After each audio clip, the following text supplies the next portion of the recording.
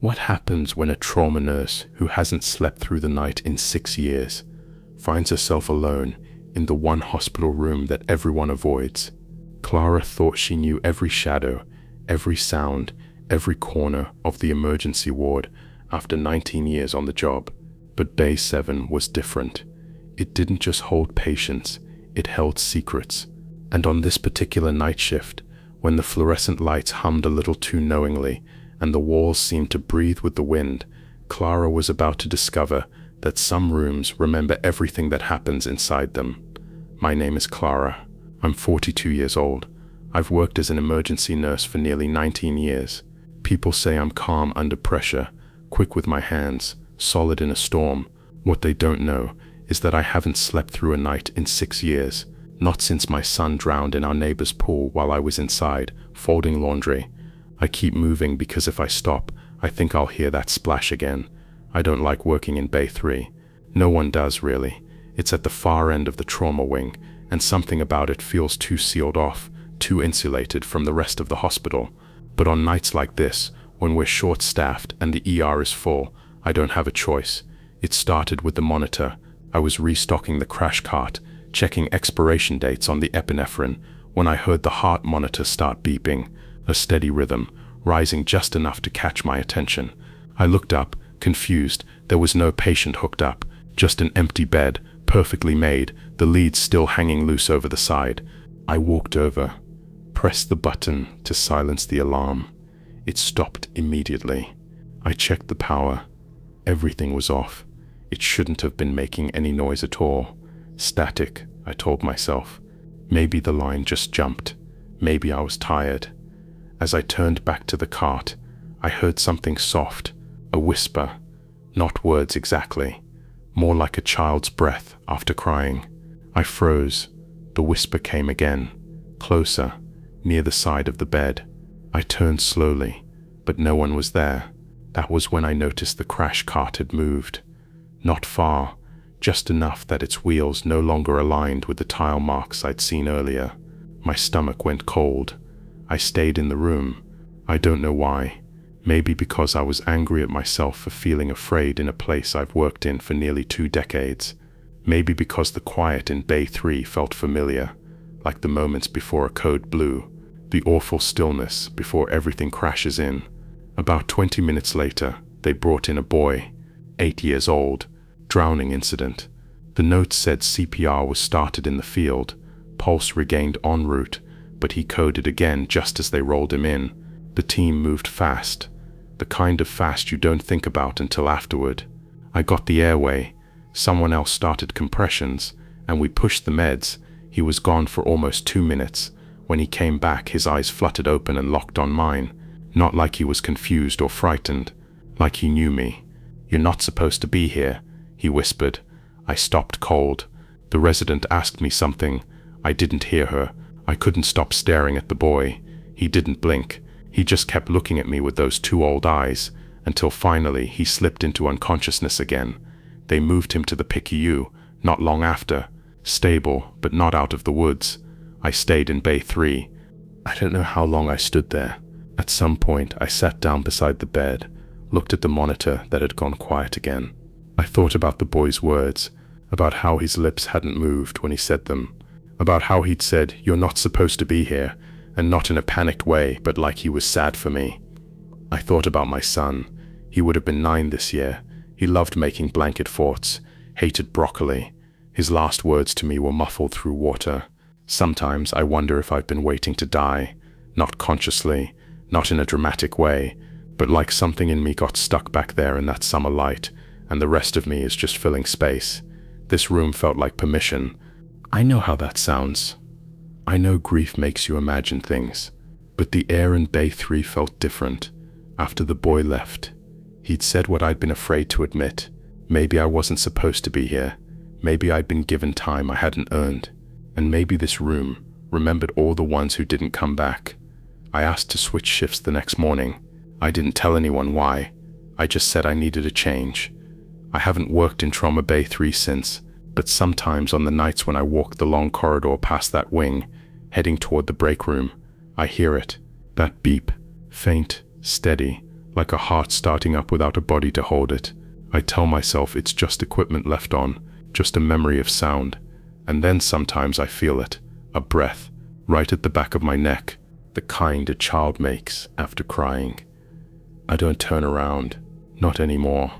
Some rooms speak in breath, not sound, and Trauma Bay 3 has nothing left to say that I want to hear.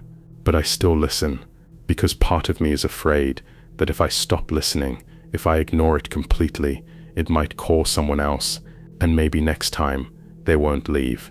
Maybe next time they'll stay in that silence forever, and I don't think I could bear that. Not again.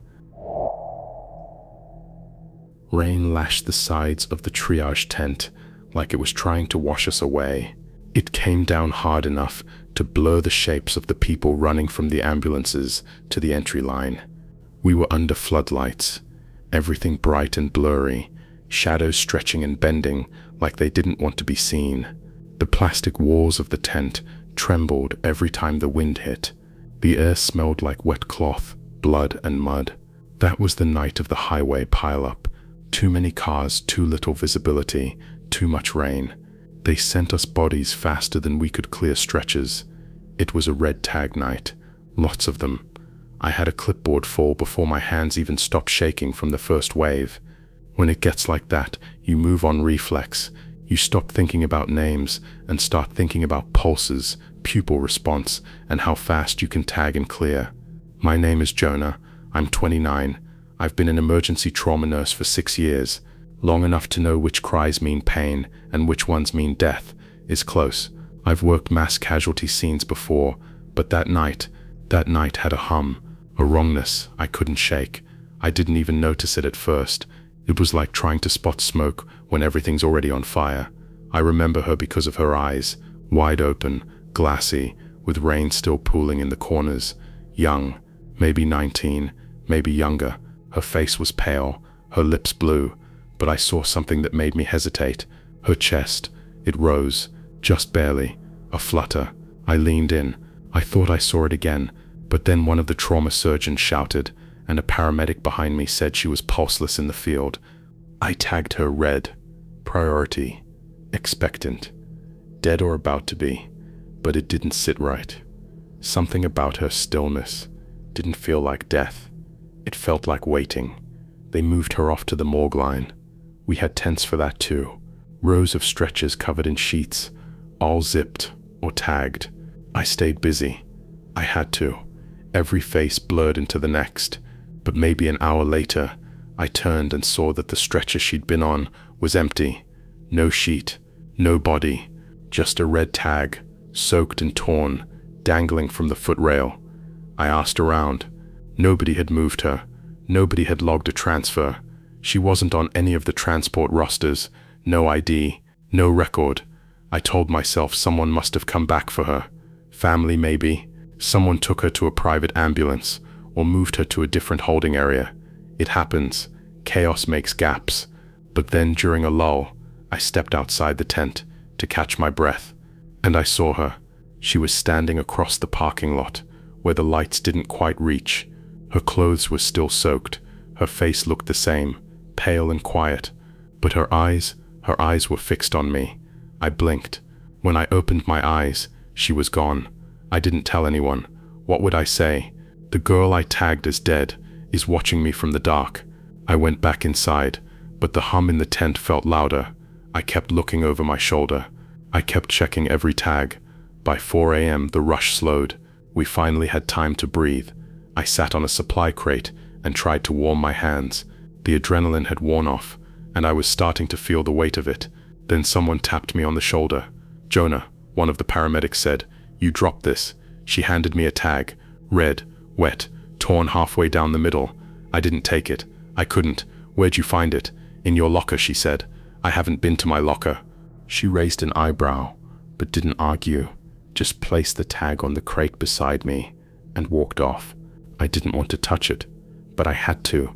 My fingers trembled. The tag was blank. No name, no patient number, just red, soft and warm, like it had just come off someone's skin. I folded it in half and shoved it in my pocket. After my shift, I went to the lockers. My hands were still damp. I opened the door and found water pooled at the bottom. My uniform inside was soaked. The sleeves hung heavy, dripping, but I hadn't worn that set. I'd brought new scrubs that night, folded, dry. This uniform hadn't been touched, except now it smelled faintly of wet earth and something sweet, like rain over blood. I didn't report it. I threw the scrubs away. I took the tag home. I still have it. I don't know why I kept it. Maybe because I need to remember her. Maybe because I'm scared I'll forget that I might have failed her. That maybe she wasn't gone when I tagged her. That maybe she waited for someone to notice, to come back, and no one did. The worst thing you can do in this job isn't losing someone, it's misjudging someone who could have lived. I've been through dozens of trauma cases since. I tag slower now. I check more than once, sometimes twice, sometimes 3 times. I see her in my dreams, always standing in the rain, always watching. And sometimes, just before I wake up, she speaks, "You weren't supposed to leave me." Every time I hear it, I feel that weight again. Not the professional guilt, something heavier, something like she forgave me. That's the worst part, because I don't think I deserve it. The tag on my dresser still looks soaked. I've tried to dry it, but it never really changes. Every time I pick it up, it feels like it's just been taken off someone's wrist. And every time I touch it, I think about the breathing, that flutter, that tiny rise of the chest. I wonder how many others I've missed. I wonder if they're watching too.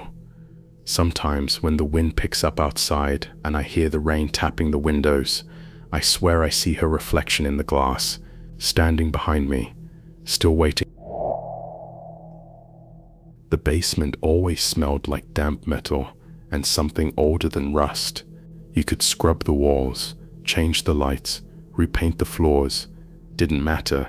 That smell stayed, like it had soaked into the concrete years ago and decided never to leave. There's something about places where the living don't linger that makes the air heavier, like even breath takes more effort. Down there in the quiet, we move the bodies. There's a special elevator meant for that purpose. Most people call it the stretcher lift. We call it the last ride.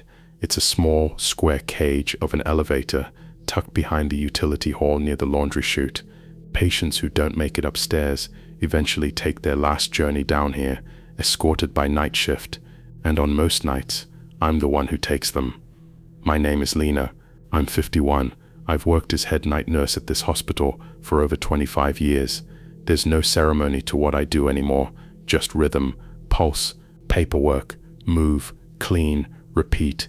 I don't flinch at the sight of blood or broken faces or vacant eyes, but that elevator, something about it, started bothering me this past year in a way I can't shake. Maybe it started with Mrs. Calhoun. She was a regular, in and out of cardiac for months. Everyone knew her. Funny woman, sharp tongue, hated Jell-O. When she finally passed, I offered to escort her down myself. It was a quiet night. No codes, no ambulance floods. I thought it'd be peaceful. We zipped her into the white bag, placed her gently on the stretcher, and rolled her down the west hall. Her chart clipped to the metal rail. The halls felt longer than usual that night, like we were moving slower, even though our steps were the same. The elevator was already waiting. That's the first odd thing. It's never just waiting. We have to call it down every time. But the doors were open, light on. The inside was empty, but it smelled faintly of cigarette smoke. That hit me hard, because Mrs. Calhoun used to sneak out to the south garden to smoke. Even during her rehab weeks, she always joked that death could wait its turn.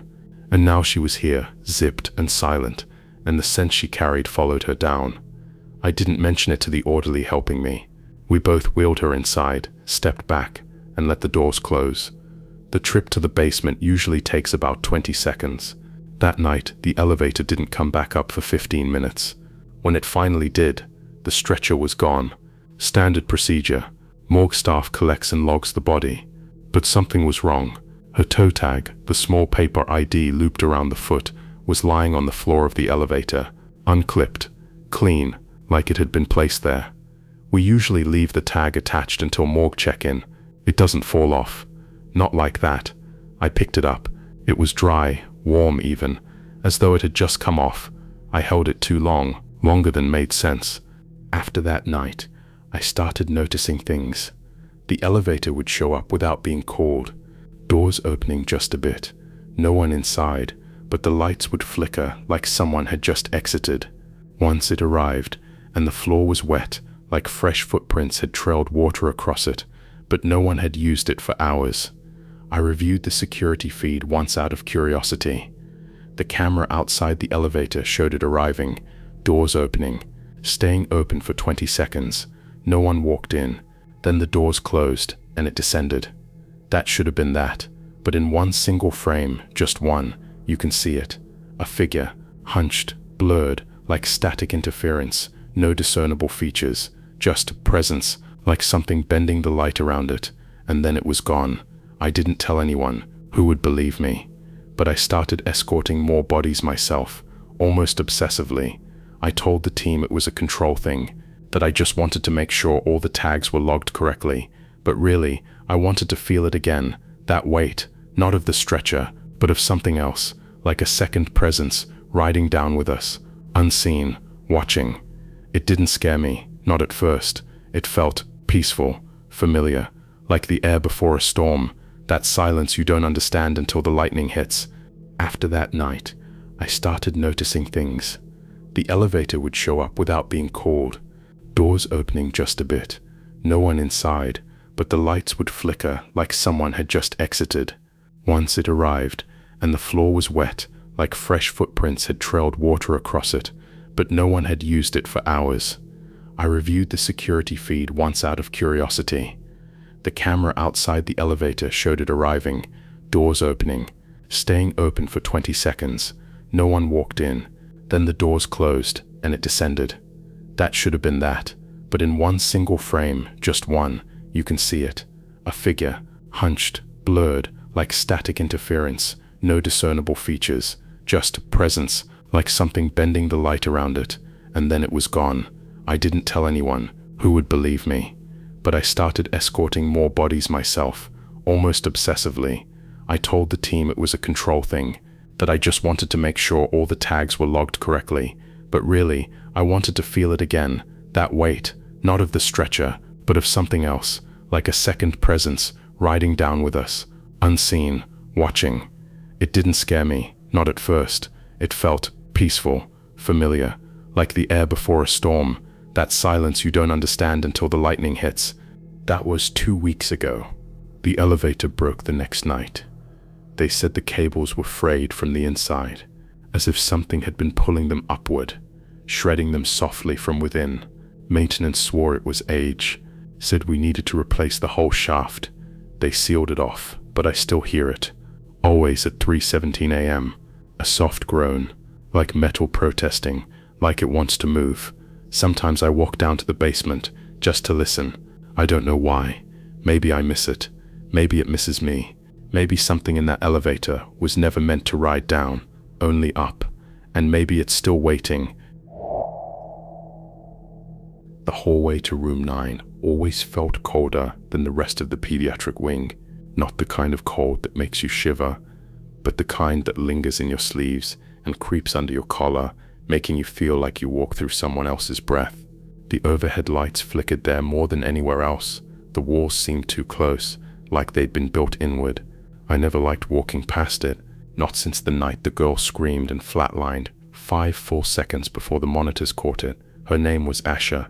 She had big eyes, a soft voice, and an old soul. She was one of those kids who knew too much about dying to be afraid of it. She asked more questions than anyone else I'd ever seen in that bed, and not the usual ones. "What do you think happens when we close our eyes forever?" she'd asked me once. I'd said something generic, reassuring. I think I even smiled. She didn't. She died on a Thursday. I remember because it was raining, and her mother was in the hallway, on the phone, crying into her sleeve. Asha had asked me earlier that evening if I could sit with her while she napped.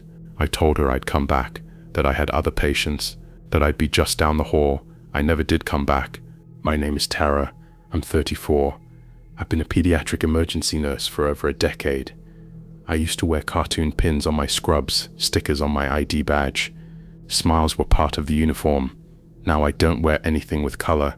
It feels dishonest, like I'm pretending something still shines here. The first time it happened was 6 months after Asha passed. It was just after 4 a.m. when the intercom blared overhead. Code white, room 9, pediatric ICU. That couldn't be right. Room 9 had been sealed off since Asha died. Maintenance claimed there was an electrical issue, equipment glitches, temperature fluctuations. No one was assigned to it. No one had been inside for weeks. Still, the code came in. I was the closest. I ran down the hall. The door was shut, but I could hear it. Faint beeping, monitor sounds, footsteps on tile, breathing. I opened the door. Empty. No bed, no patient, no machines, just silence. The kind of silence that feels like it just stopped whispering. On the whiteboard near the door, written in faint red marker, was a name, Asha. Underneath it, in smaller letters, in handwriting I didn't recognize, she said you didn't stay. I stood there for too long. I must have looked like I'd seen a ghost, because I had. The second time the code came in, 2 weeks later, I ignored it. So did everyone else. We thought it was a system error. We logged it with IT. They found nothing wrong. But the codes kept coming, always at the same time, between 4 and 4:03 a.m., always room 9, and always followed by the sound of crying. No one wanted to answer the calls anymore. Some of the new nurses thought we were playing a prank, that we were trying to haze them, scare them into respecting the night shift. But one night, a floater nurse, Maya, went down the hall to see for herself. She came back pale, shaking, said she heard a little girl humming a lullaby behind the closed door. Maya never took another night shift. By then I'd stopped talking about it. No one wanted to listen. Everyone thought I was still grieving. Maybe I was. Maybe I still am. I told myself it wasn't real, that the mind makes patterns out of pain, that guilt manifests in electrical noise, that if you walk long enough with ghosts, you'll start hearing their footsteps behind you. But I knew because the next time the code came in, I didn't run. I walked, slowly, deliberately. I reached the door of room 9 at exactly 4:01 a.m.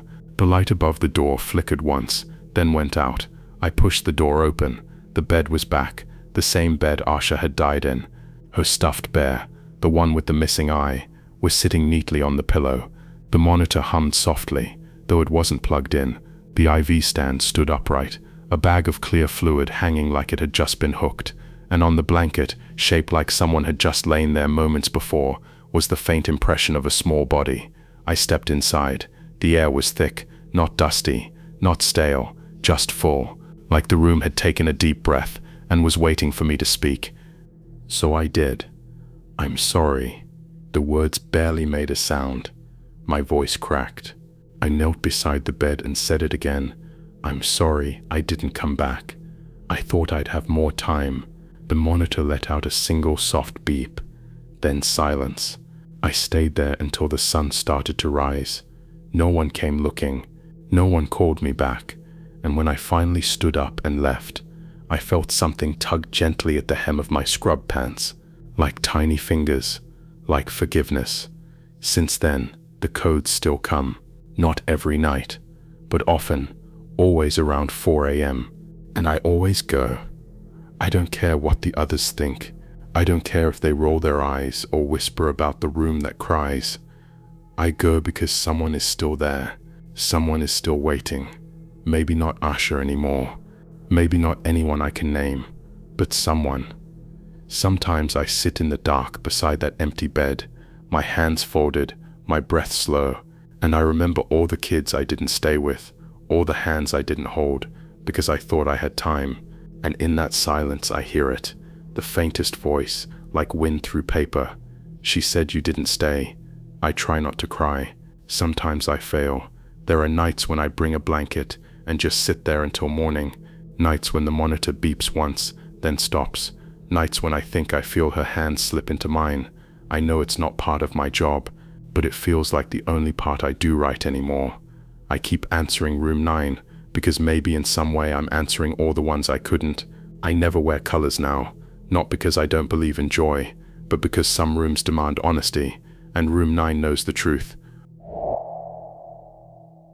The curtain never moved quite right. no matter how carefully you pulled it. Curtain C always left a small gap, just wide enough for someone to watch from the other side.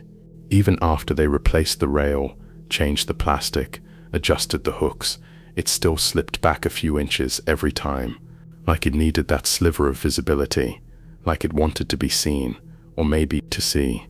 It was the last cubicle in the emergency ward, wedged against the corner wall, right beside the utility closet. We only used it when every other bed was full, and even then, nurses would hesitate. Patients too. Most asked to be moved before we even began intake. They didn't want to stay there. They didn't know why. They just didn't. My name is Darius. I'm 37. I've worked night shifts in the ER for 7 years. The kind of nurse people forget is there until they need something at 3 in the morning. I've always preferred the quiet, the solitude. You get used to it. In fact, you come to rely on it. You start thinking silence is safe. But it isn't. Not always. Curtain C wasn't supposed to be cursed or haunted or anything like that. It didn't bleed or move on its own. But strange things happened there. Always quiet things. Subtle. You had to pay attention. It started with patients asking odd questions. A woman who'd come in with stomach pain looked at me as I checked her IV and asked, "Is he allowed to be in here with me?" "Who?" I asked. She looked toward the curtain and whispered, "The man by the wall." There was no one there. Another time, a young man in detox sat bolt upright at 2 a.m. and shouted, "Tell him to stop staring at me." When we calmed him down, he swore someone had been kneeling at the foot of his bed, not standing, kneeling, just staring. He refused to sleep after that, discharged himself 2 days later. We wrote it off as drug-induced hallucinations, delirium, stress, but I started noticing patterns, same complaints, same descriptions. A tall figure, slightly hunched, always silent, always there, only when you looked the second time. The thing that finally made me believe wasn't what a patient said, it was what I felt. It was a Wednesday night, early spring, and the ER was full. Ambulance runs hadn't stopped since 10 p.m. All the beds were taken, except Curtain C. I'd avoided it all shift, but we didn't have a choice. An elderly man with a fractured femur needed somewhere to wait for imaging. He was conscious, alert, and in too much pain to say much. I pulled the curtain back and helped settle him in. The moment I did, a chill ran through me. Not surface cold, but something deeper, like my lungs had inhaled ice. I blamed the AC. I always blamed the AC. I hooked up his monitor, logged his vitals, and turned to go, but he grabbed my wrist, tight. "He's already here," he whispered. "Who is?" I asked, gently trying to pry his fingers off me. He didn't answer. He just stared at the space behind me. His grip loosened, and he shut his eyes. I stepped back, instinctively glancing over my shoulder. The curtain had shifted. The gap was a little wider. There was nothing behind it. I closed it tightly. Over the next few hours, I checked on him twice. He was quiet, stable, still wouldn't talk. At 4:42 a.m., his bed alarm triggered. I walked in, expecting to find him trying to get up or calling for water. He was lying perfectly still, but the blanket had been pulled down to his waist, though he hadn't moved. His monitor showed a normal rhythm. His eyes were open, but distant. His lips moved slightly, mouthing something I couldn't hear. I leaned closer. "Mr. Langley, can you hear me?" His voice was barely a breath. "He knows your name." The lights in the cubicle flickered once. Then the monitor beeped, just once before stabilizing again. I pulled the curtain back. No one, but the bed looked different. I don't know how to explain it. The pillows were indented in a way that didn't match the patient's position. The edge of the mattress dipped down, as if someone had just stood up from sitting there. I checked the chair beside the bed, empty, cold. When I looked back at the patient, he was asleep, peaceful. I left the cubicle and went straight to the break room. I didn't tell anyone. That night, I didn't go near Curtain C again, but the feeling followed me. That week, every time I passed the cubicle, I felt it, a pressure, low and silent, like eyes against my back, the kind of stare that makes you forget your own name for a second. One night, I found the curtain wide open, no patient inside, no order on file. The bed was empty, but the linens were pulled back, twisted, like someone had just gotten out in a hurry. That was when I asked to be reassigned. The supervisor didn't ask questions. He just nodded. I moved to the surgical wing, started covering recovery rooms. The pace was slower, cleaner, safer, but I still think about Curtain C, about the man. Sometimes, in the late hours of a shift, I'll find a curtain in recovery just slightly open, not a lot, just a few inches, and I feel it again. That hum in the air, that strange stillness that isn't still at all. Last week, I stayed late to finish some notes, alone. The ward was quiet. I stepped into the hallway to get a fresh blanket for a post-op patient. When I came back, the curtain in their room, fully drawn when I left, had opened by exactly 3 inches. They were asleep. No one else had entered. Nothing was missing. But on the floor beneath the curtain lay something I recognized instantly, a latex glove. Crumpled, pale, turned inside out. I hadn't used one that night, and neither had anyone else in recovery. I picked it up. It was cold, not room temperature cold, but fridge cold, deep, skin-stiffening cold. I threw it out, finished my shift, and walked home in silence. I don't talk about him, not to new nurses, not to old ones, not even to myself really. But when the halls are empty, and I catch sight of a curtain edge slowly slipping back, I don't look through the gap, because I know what's waiting, and I know he knows my name.